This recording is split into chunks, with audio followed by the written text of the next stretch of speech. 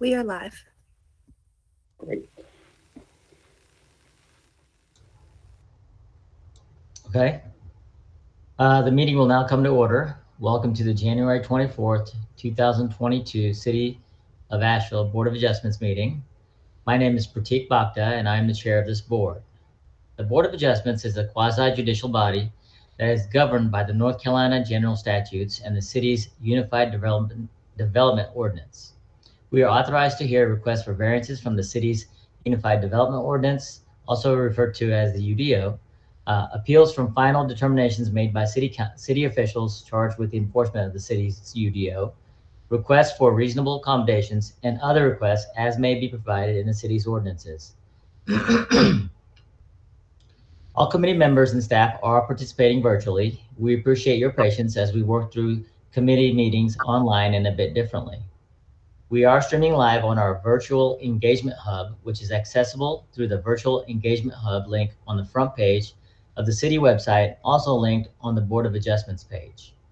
We also have an option for the public to listen live by phone and participate. Dial 855-925-2801, and when prompted, enter code 9255. Again, I'll restate this for anyone watching or listening. The public may participate by dialing 855-925-2801, and when prompted, enter code 9255. The automated system will ask you to press *3 to be heard. For those of you out there with us today, welcome. I will now go through and introduce all the committee members who are participating virtually. Please make sure to mute your microphone if you're not speaking. And when you have a question or would like to speak, unmute your microphone. Please remember to mute your phone after you are done speaking. Committee members, as I call your name, please say a quick hello. Bill Newman. Hi, Pratik. Suzanne Godsey. Good afternoon. Paul Wazinski. Here. Carter Webb. Here. And we have an alternate, Wendy Tabb. Okay.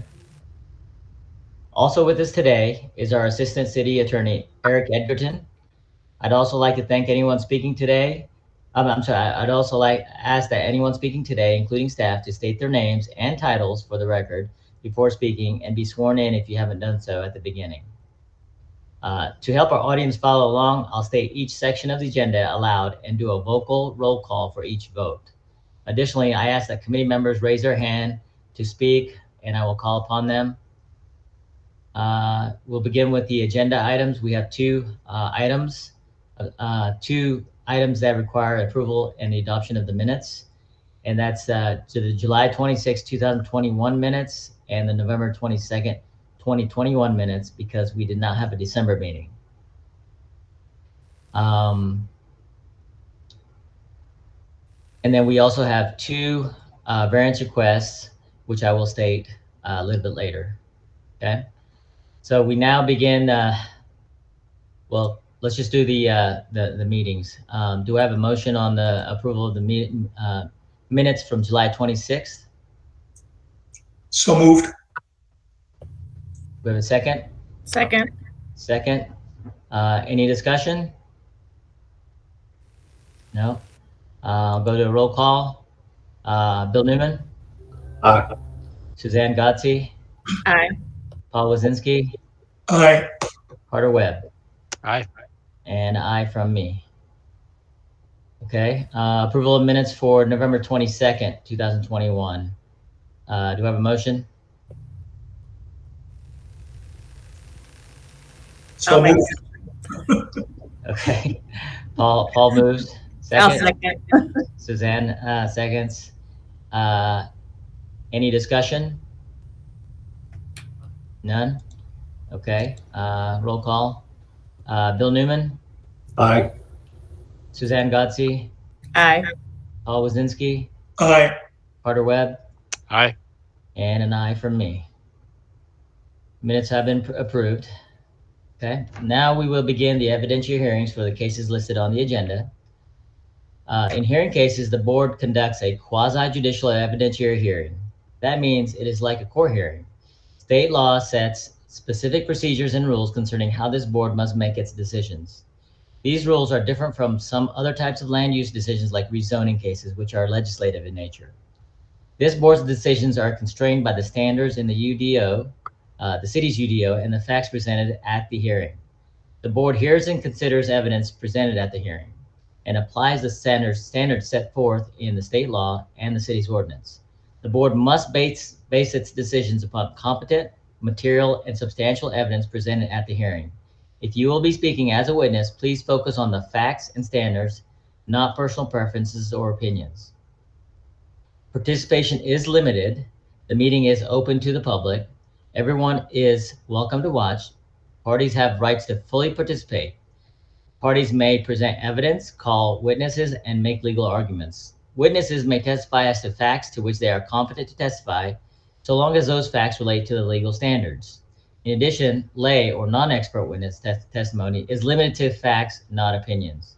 For certain topics, this board needs to hear opinion testimony from expert witnesses. These topics include projections about impacts on property values and projections about impacts on traffic safety. For variance requests, a 4/5 vote of the board is required to grant the variance. For all other hearings and matters, including the adoption of the minutes, the decisions will be made by the simple majority vote of the board. Witnesses must swear or affirm their testimony, and at this time, we will administer the oath for all individuals who intend to provide witness testimony. Do you solemnly swear or affirm that the evidence you shall give to the board in this action shall be the truth, the whole truth, and nothing but the truth? I do. I do. All right. We have two items on the agenda. The first is a petitioner, James Riley, on behalf of the owners Michael McNulty and Cherry McNulty, and James Riley, are requesting a variance of the front, side, and corner setback development standards found in section 7-8-6F5 setback standards of the UDO of a property of a new single family house at property located at 99999 Club Street.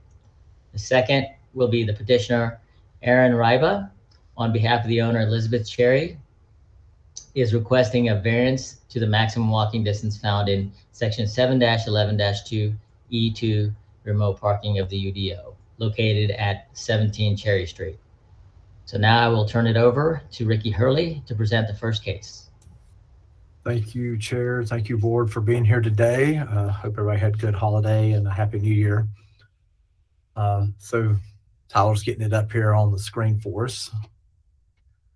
So it is an unaddressed, hence the 999 Club Street. We'll assign an address once the house is, the property is developed. Next slide, please. Thank you. So this is a summary from the board report, as the chair just read out. And so the property is RM8. And the zoning requirements are a 15-foot for the front, a 6 feet on side, and a 7.5 corner side setback. The property is like a triangle that's bordered on a couple sides by right-of-way.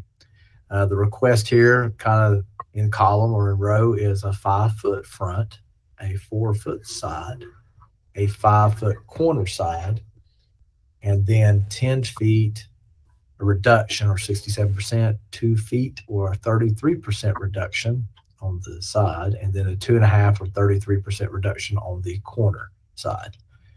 So here's the zoning map. The area to the north is the I-240 right-of-way. It's unzoned. The kind of the large area to the left is RAD-NT, RAD River, so that's a new district that's not colored in, hence the clear coloring. Our property's in the center of the screen, that small triangle, which is RM8, and the adjacent properties are the same zoning classification. Next slide, please.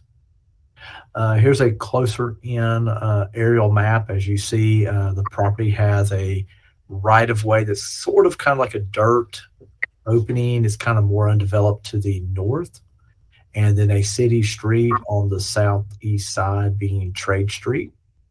There's one adjacent property immediately to the west. Next slide, please. And so we've kind of got kind of here to the left of the frame is the existing home I mentioned immediately to the left.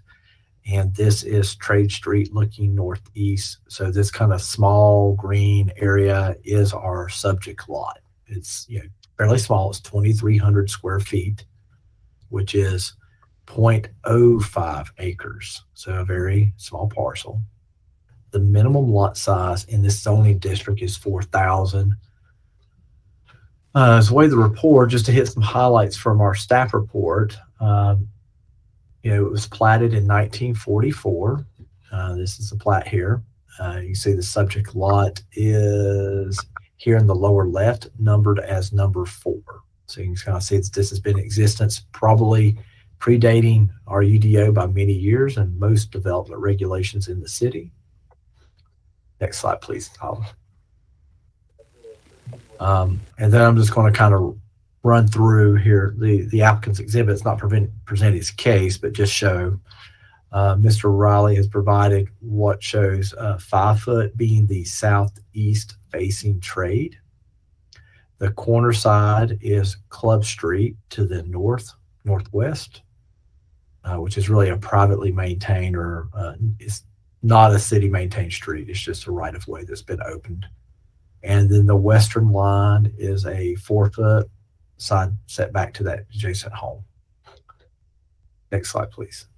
Here's a tax map that's provided. And next slide, please. And this is another one, as I referenced in the report, of adjacent homes in the area. Mr. Riley has a survey. It appears the home immediately to the left or west may comply. I don't have a line there. But you'll see 3 other homes on the properties, excuse me, on the survey that are across the streets. And there is a 15-foot building line or setback line that kind of cuts through the 3 homes. So that's what that represents, just as a way of referring to that the other homes in the area, as Mr. Riley mentioned to me, other homes are non-conforming. So this does show the extent of that pattern in the immediate vicinity. I'll let the applicant, but he has a couple Sanborn maps from the early 1900s. Next slide, please. That was 1970, 1925. Next slide, please, again. And then here's a survey of the property. So we do have a good survey provided. And it does show the approximate building envelope based on the current setbacks. Again, this whole property is 2399. So I haven't computed that up, but it's probably, Mr. Riley, you can answer when we get to testimony, but I bet it's less than 1,000 square feet. It's probably a few hundred square feet. I'm not really sure, but you may know that. And it's a triangle. Next slide, please. And then the applicant has provided a few pictures here. Tyler, you can just kind of advance through for us of adjacent homes that we just seen on the prior aerial survey that kind of shown adjacent homes and how close they were to the right of way. Keep advancing. Yes, thank you, Tyler. This is he has them labeled with the address as well.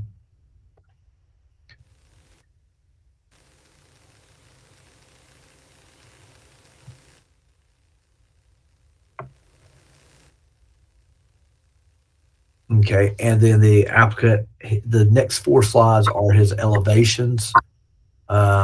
We can just stop right here and we can let Mr. Riley explain it. But I'll go back to the report and just mention that we do have, like we've talked about in one other case, adjusting building lines where we can average the front setback for properties. If other homes on the same side of the street are also less than the required, like in this case, 15. What's unique here is that we have intervening right-of-ways to the north and obviously right-of-ways across the street. So we have homes across the street. So that's not the same face. and that is also only applicable to the front building setback line. So I cannot do anything with rear side or corner side with that provision in Article 10. I think I have it cited 7.10.2E. So for lack of better ability, we just can't, staff couldn't just reduce the front to help. We would still have a variance case anyway.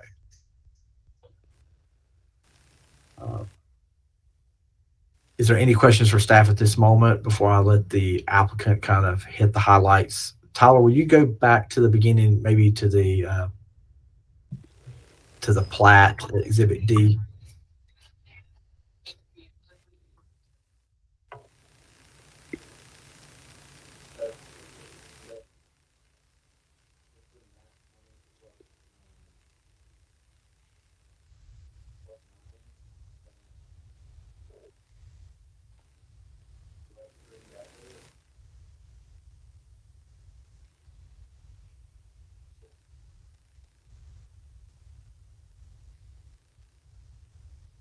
Okay, Whit, I'm going to turn it over to you. I don't hear any questions from the board. Okay, great. As Mr. Hurley pointed out, it's a legally grandfathered in lot that is very small. And in designing a home to fit on it, I tried numerous approaches. I tried doing parallel parking on the Trade Street elevation, and that ate into the lot too much. I tried on-site parking outside of the envelope of the house, but again, that has to meet setback requirements, and that left a very small footprint. And we had a buyer for this lot a few years ago who actually tried to get financing for a house that was triangular in shape and fit the setbacks.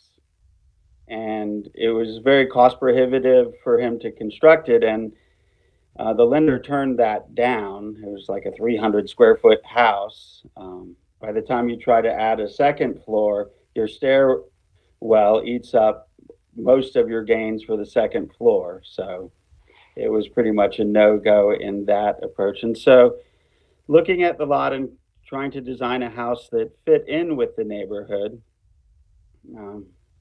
it quickly became apparent, no matter how I tried it, the answer to the house was to incorporate a garage space into it, into the envelope and setbacks. And I didn't want to create a garage scape on the main thoroughfare, which is Trade Street. All the homes there have porches and windows addressing the street. So we pulled in a garage, a two-car garage off the back Club Street entrance to respect the primary streetscape there.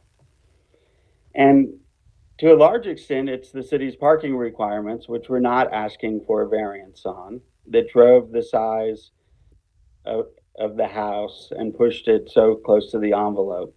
On the ground level, the majority of the ground level is parking with a room downstairs in the front, it's kind of a studio space, and a bathroom and more storage, and the stairwell going up to a living space that has a bedroom and a kitchen and living dining room space, and then a third bedroom up above that. We tried to, when you look at the front elevation of this house, you'll probably recognize that it's very similar to the house directly across the street. The greenhouse you just passed, well, you got, this one is ours, proposed. Keep going. And it's based largely on the scale and proportions of that house, which is directly across the street, which is about 3 or 4 feet off the edge of the street pavement, probably a little closer to the actual right-of-way. So we were very sensitive in trying to design a house that was sympathetic and compatible with the neighborhood. Me and my family have a history in this neighborhood of building infill homes and renovating homes. If we won a Griffin Award for the restoration of a house behind this greenhouse that was a large historic home falling off the hill. We designed and built Oliver's house, which is down on Robert Street. Some might be aware of. It's a big pink stucco house with a tower, and did another renovation of the street. And we always try to add to the neighborhood when we build something. And we really worked through every iteration of design we could before we settled in on our footprint. And if we want to scroll to the elevations, we can talk about them quickly. Again, you can see the comparison there, and I'm pointing at my screen, which doesn't help you guys at all. You can see it's got a small front porch on the right that's 2 stories to help it address the streetscape, and windows addressing the primary streetscape and trying to keep it in scale.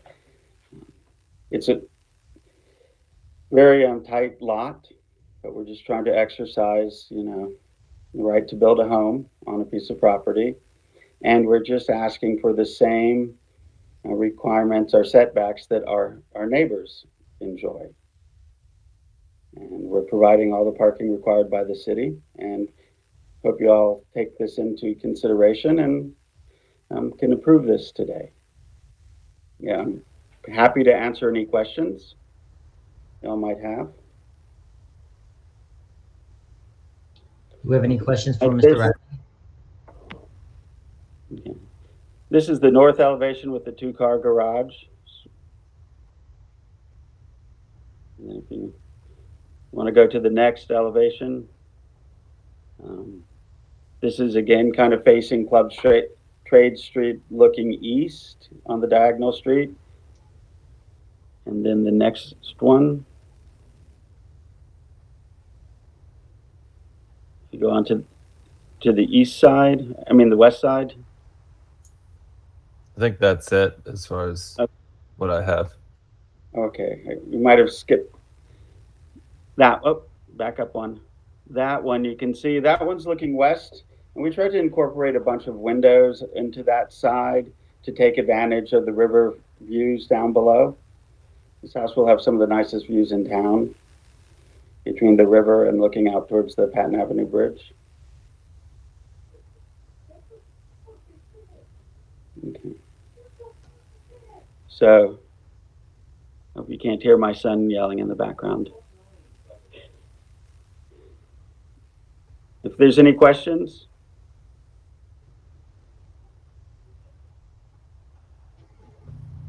Okay. Any questions for Mr. Riley? I might have a question, but I have a question for Mr. Hurley first. Okay, go ahead. So Ricky, Tyler, can you turn it back to the site plan, please?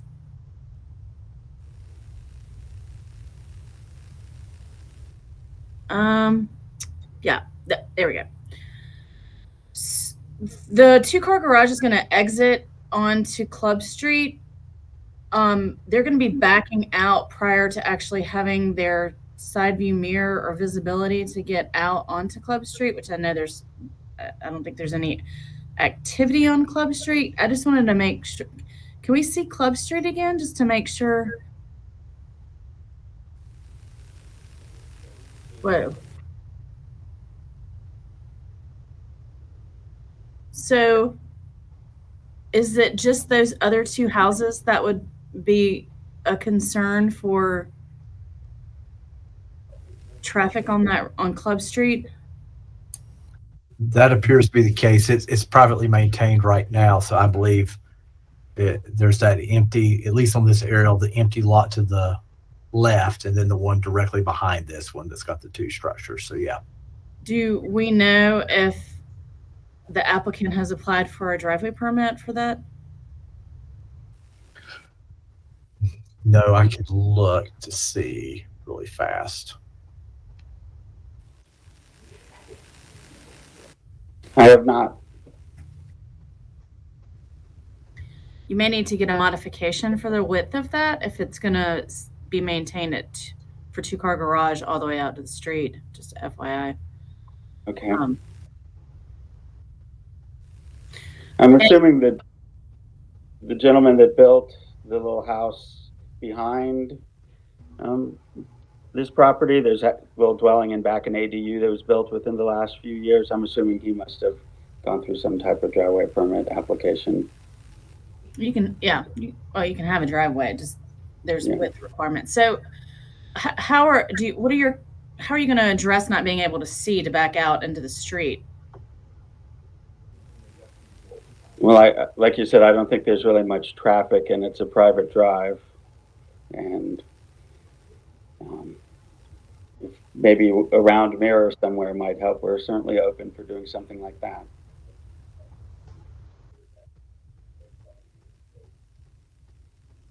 And it's a private driveway already, so. And perhaps they need to back in to the garage. I think would be the wise thing to do to meet what you're saying, is that backing into the garage would be the approach to take so you can see on your way out. Yeah. Yeah. If you've got 5 feet of width, that the front of your car could get out before seeing it. Anyway, that was my only question that I saw and had a concern about. Yeah, Ms. Godsey, all I see is the permit to construct the ADU in the very back at 19 Club Street, the most northern house here, the smaller one, and then the renovation at 19 Club, the proper principal, and then there was some demolition work on the 21, which is the vacant lot here. Okay. So that's the only permit history I see. But yeah, and with the private maintenance, obviously they would need some sort of grading permit. I'm not sure if Ken Putnam, the transportation director, would, we'll have them check about modification on widths, as you're saying, because that turning radius may be very oblique, and just to maneuver in, you're going to have to be careful. So, yeah, that's another good point. yeah. So we can talk with Ken. And it's also possible that when they're privately maintained streets, sometimes with private maintenance, we don't do driveway permits on those if they're private. But we can make sure that either it's directly across, and his driveway lines up with the other driveway, provide the maximum amount of backing, so it doesn't also got a house to the north immediately. That's going to probably be the biggest pinch point, is making sure when you're coming out, you're going kind of more of a northwestern fashion and not bumping into the house behind. Yeah, that was just the only thing I saw, just from a circulation standpoint. I just wanted to point it out. It's not really about the variance, I guess, but just. It's important to note, though, as we're going through to talk through these concerns, though. Yeah. Thank you, Ms. Godsey. Any other further questions for Mr. Riley or Mr. Hurley? None? Okay. Do we have any public comment? Any callers?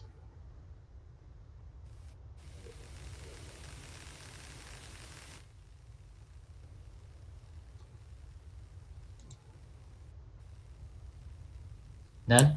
Sorry, no, we do not have any public callers on the line. Okay. I'm going to close public comments and open it up to the board for discussion. I'm seeking a motion. Yeah, this is Paul. I move to grant the request for the variance. Do I have a second? A second. Okay. Ms. Godsey, second. Okay, we have a motion, a second. Do we have any further discussions? Okay. Bill Newman? Aye. Suzanne Godsey? Aye. Paul Wazinski? Aye. Carter Webb? Aye. And aye for me. Motion is granted. Thank you all very much. I appreciate your time in this matter. Thank you. And so we're going to move on to our next petitioner, Aaron Riba, on behalf of owner Elizabeth Cherry. Okay, Aaron, did you get sworn in at the very beginning? No, I wasn't sure if I had to chime in there, so I probably need to. Okay, let me administer the oath real quick for you. Do you solemnly swear or affirm that the evidence you shall be giving the board in this action shall be the truth, the whole truth, and nothing but the truth? I do. Thank you. Thank you, Aaron. I'll run through the slideshow here and the staff report real quick for you. So this one is for 17 Cherry Street North. I just have Cherry Street here, but it's basically to do with remote parking. So when you're having either new development or redevelopment with substantial improvement, which is the case here, we have a substantial improvement to the value of the building.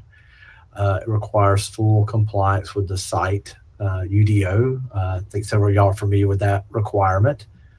And you must provide parking on site or within 500 feet maximum walking distance. And that's not a, as the crow flies 500, it's like how the pedestrian would walk.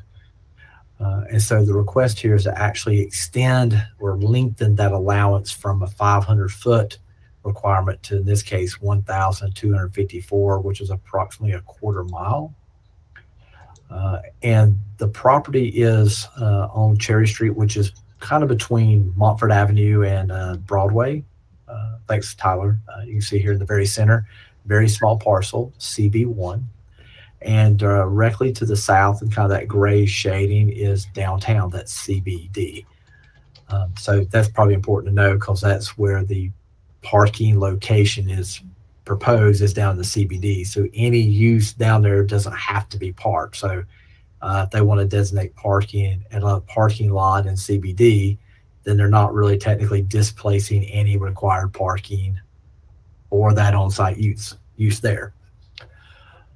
Okay, so there, and so here's a closer in, as you can see the structure, which is kind of a single-family house that's been converted in the past, occupies pretty much the center of the lot. Next slide. The other thing too to note here is that in CB1, you cannot have parking in any of the required setbacks. So that's going to kind of preclude this front yard here as we're looking to the right of the home and also to the left, this grass yard. So pretty much you can't develop a parking area. The other thing too is with commercial parking, you cannot back in and out like we just seen with a residential development. You just can't pull in and back out and create like this, what I call a free-for-all, whip in and out ribbon curb cut. And so that's kind of where they're kind of stuck with in the redevelopment, is that we require it to be on-site parking or 500 feet. And Tyler, go back to the zoning map real quick. And the other thing too to also note is the only area they can park has to be in the CB1 or the NCD.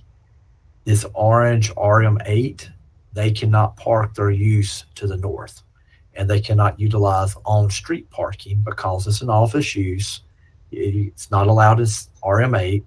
You can't park at a church or synagogue or something that's in RM8 or school and then walk in. So they have to find a commercially zoned property. And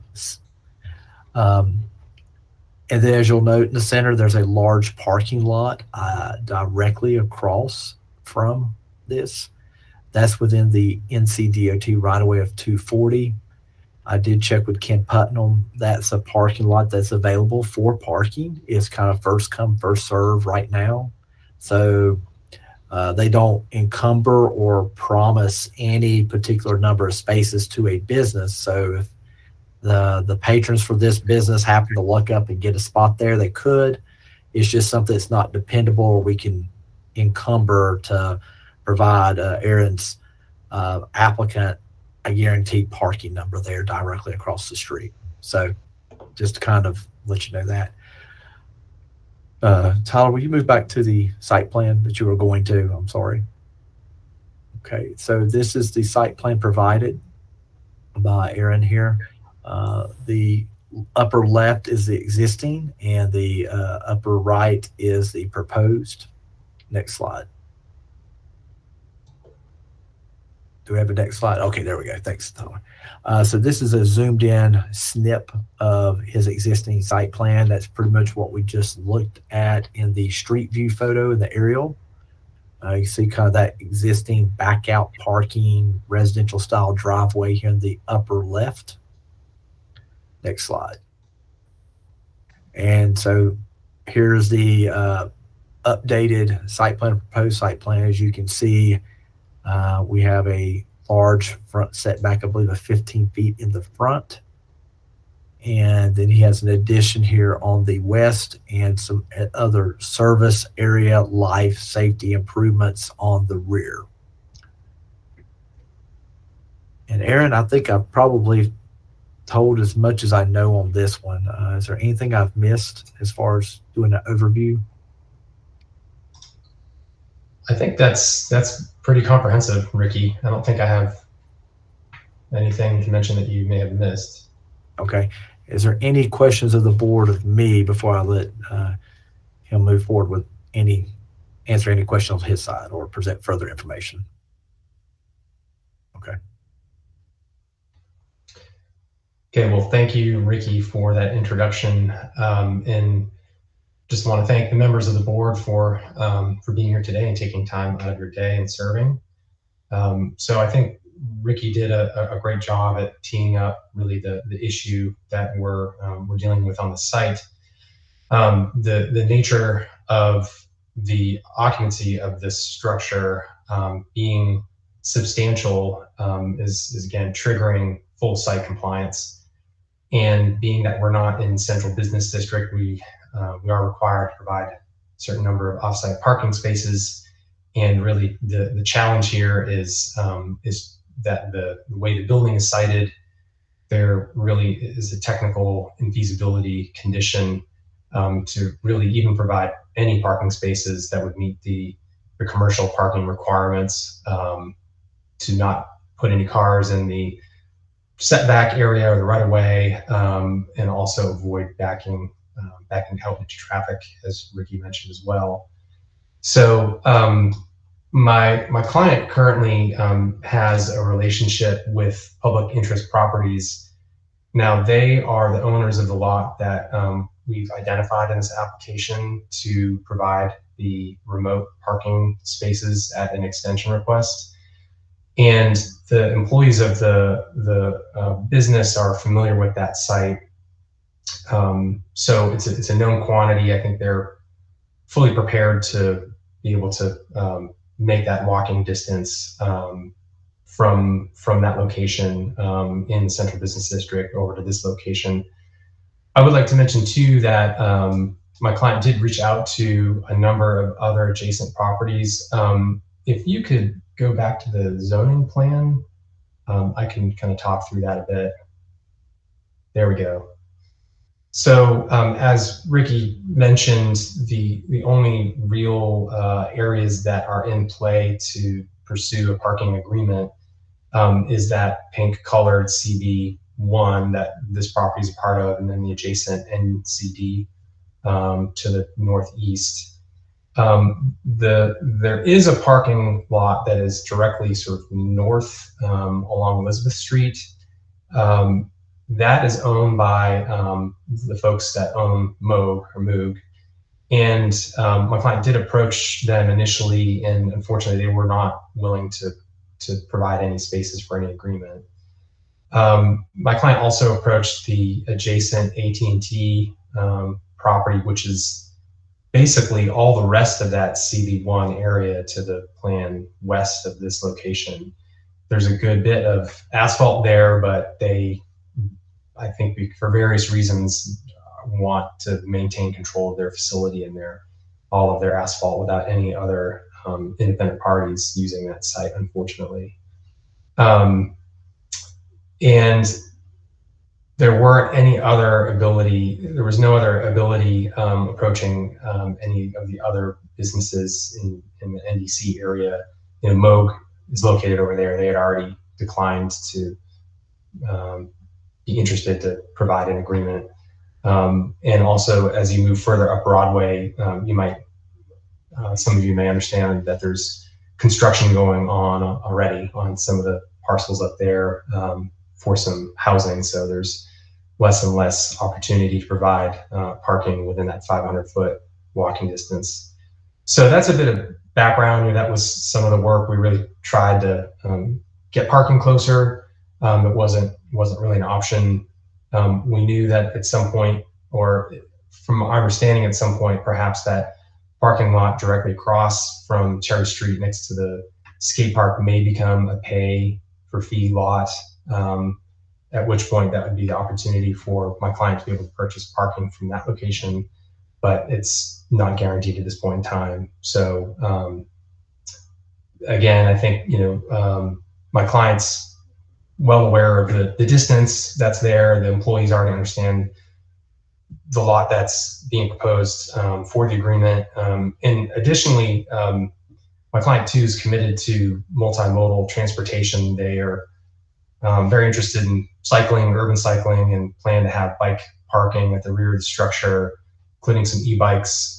So they're really, they probably won't really be using any more than half the required parking spaces that they would need to secure anyway. And in addition to the fact that current flexible office working realities today, considering the pandemic times, is changing the way that this office space will be used. It probably won't be the maximum capacity as well. So that's about all of I have to say. So I'd be happy to answer any questions the board may have. Any questions for Mr. Ryba?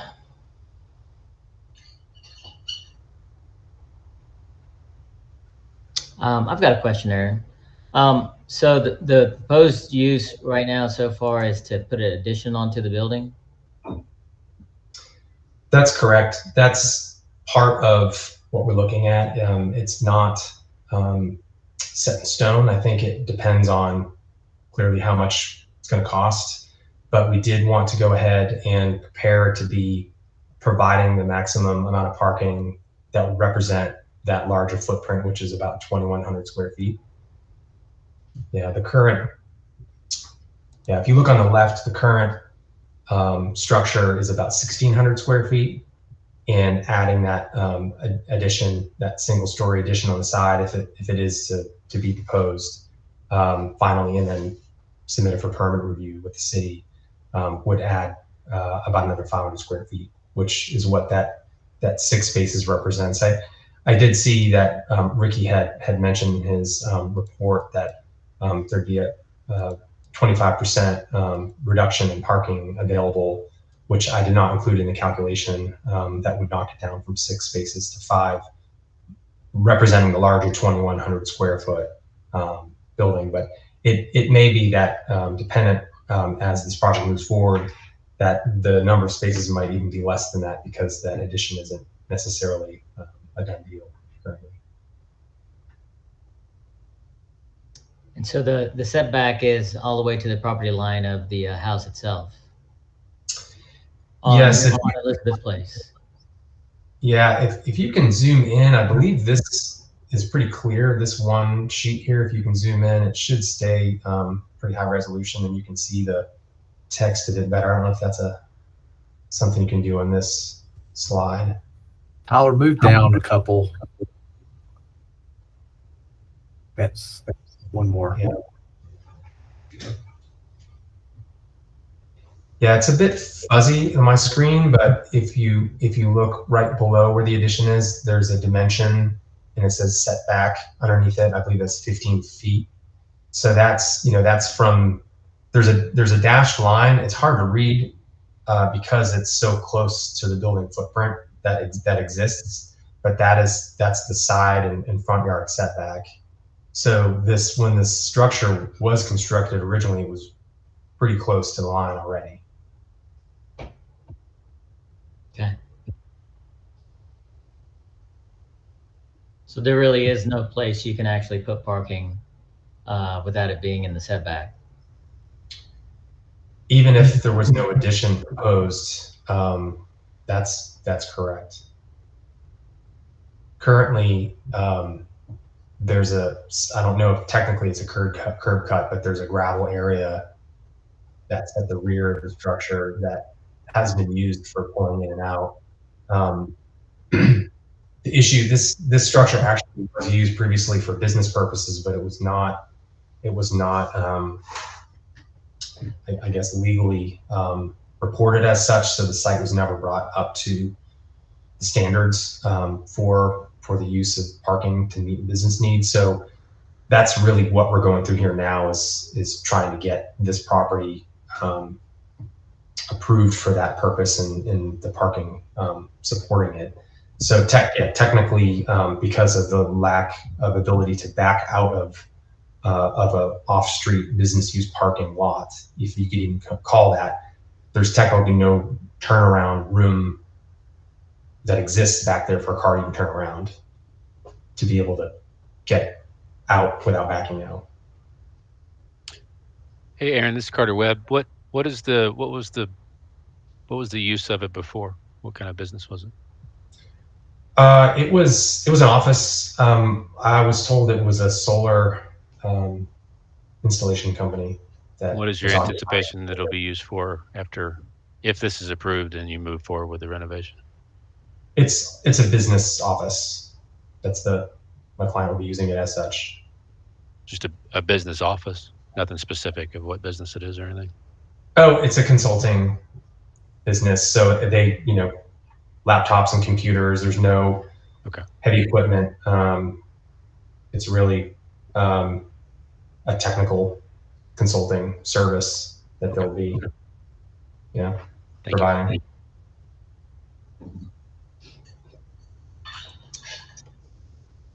Okay, any other further questions for Mr. Aaron Rybo or Ricky Hurley? None? Okay, I'm going to open it up for public comments. Do we have callers? There are no callers on the line.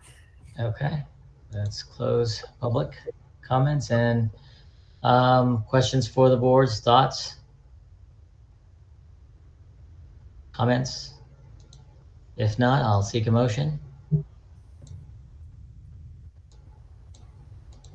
This is Paul. I move to grant the request for the variance. We have a motion. I'll second. We have a second. Any further discussions on the motion? None? Okay, I'll take it to a vote. Mr. Newman? Aye. Ms. Gotzi?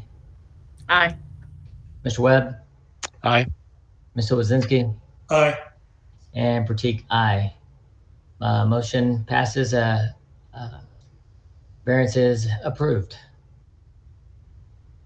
Right. Thank you all. Thank you. Okay, and that's it on our agenda. Do we have Well, we've anything got nominations and election of chair and vice chair. Okay. Nominations, okay. Other business, nomination, election of chair and vice chair of 2022. Yeah, this is Paul. I move to continue with Mr. Bakda as the chair. I second that. Okay, any discussion? No. Should be a lot of discussion on that. I agree. Yeah, he's doing a great job. I agree. Okay, Take the job. I'll take it to a vote. Bill Newman, Aye. Suzanne Gotzi, Aye. Carter Webb. Aye.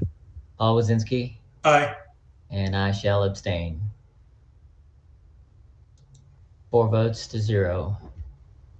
Thank you, guys. And for vice chair, I would formally like to nominate Mr. Paul Wazinski. I'll second. Second. Any further discussions? No, we'll take it to a vote. Bill Newman, Aye. Suzanne Gotzi, Aye. Carter Webb, Aye. Paul Wazinski, Abstain. and I will say aye. So 4 votes to 0. Easy. Thank you, board. I greatly appreciate your service to the community and y'all serving. It's a pleasure to work with y'all. Thank you all. And if there's no further objections, we will adjourn. Any objections? No objection. None? No objections. Okay, we will adjourn. Thank you all. Have a good month. Bye. Bye, guys. Bye.